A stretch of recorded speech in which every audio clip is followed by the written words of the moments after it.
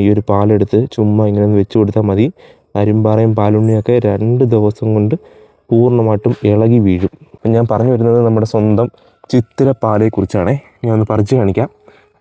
ഇതാണ് നമ്മുടെ ചിത്തിരപ്പാല എന്ന് പറയുന്ന സസ്യം. അപ്പം ഇതിൻ്റെ ഒരു ഉപയോഗം ഞാൻ പറഞ്ഞുതരാം. ഇതിനെ ഞാൻ ഒടിക്കുകയാണേ. ഇവിടെ നിന്ന് ഒടിക്കുക. ഇതിനകത്ത് നിന്ന് വരുന്ന കറ കണ്ടോ? ഈ ഒരു കറ നമ്മുടെ ശരീരത്തിൽ എവിടെ ഉണ്ടാകുന്ന ഈ ഒരു അരിമ്പാറയും പാലുണ്ണിയും പൂർവാധികമായിട്ടും ഇല്ലാതാക്കും.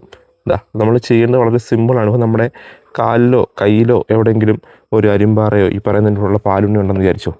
നമ്മുടെ കാലിൻ്റെ ഇവിടെ തന്നെ ഉണ്ടെന്ന് തന്നെ വിചാരിച്ചു. ഈ ഒരു ഭാഗത്തുണ്ടെന്ന് വിചാരിച്ചു. നമുക്ക് അവിടേക്ക് നമ്മുടെ ഈ ഒരു പാലെടുത്ത് ചുമ്മാ ഇങ്ങനെ ഒന്ന് വെച്ച് കൊടുത്താൽ മതി.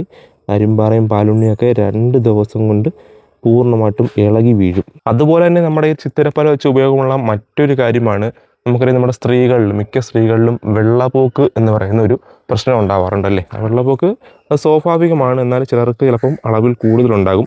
അങ്ങനെ വെള്ളപ്പോക്ക് ഉള്ള ഈ ഒരു സ്ത്രീകൾക്ക് നമ്മുടെ ഈ ഒരു ചിത്തിരപ്പാല ഉണ്ടല്ലോ, മോരിൽ കലക്കി, അതായത് ഇത് ഇടിച്ച് പിഴിഞ്ഞ് ഇത് മോരിൽ കലക്കി കുടിക്കുകയാണെന്നുണ്ടെങ്കിൽ, അതായത് നീര് കേട്ടോ, ഇതിൻ്റെ നീര് മോരിൽ കലക്കി കുടിക്കുകയാണെന്നുണ്ടെങ്കിൽ ഈ പറയുന്ന വെള്ളപ്പോക്ക് നിൽക്കാനും നിങ്ങൾക്ക് സ്വാഭാവികമായിട്ടുള്ള രീതിയിലേക്ക് ഒരു ജീവിതത്തിലേക്ക് പോകാനും നമുക്ക് ഈ ഒരു ചിത്തിരപ്പാല നമ്മളെ സഹായിക്കും.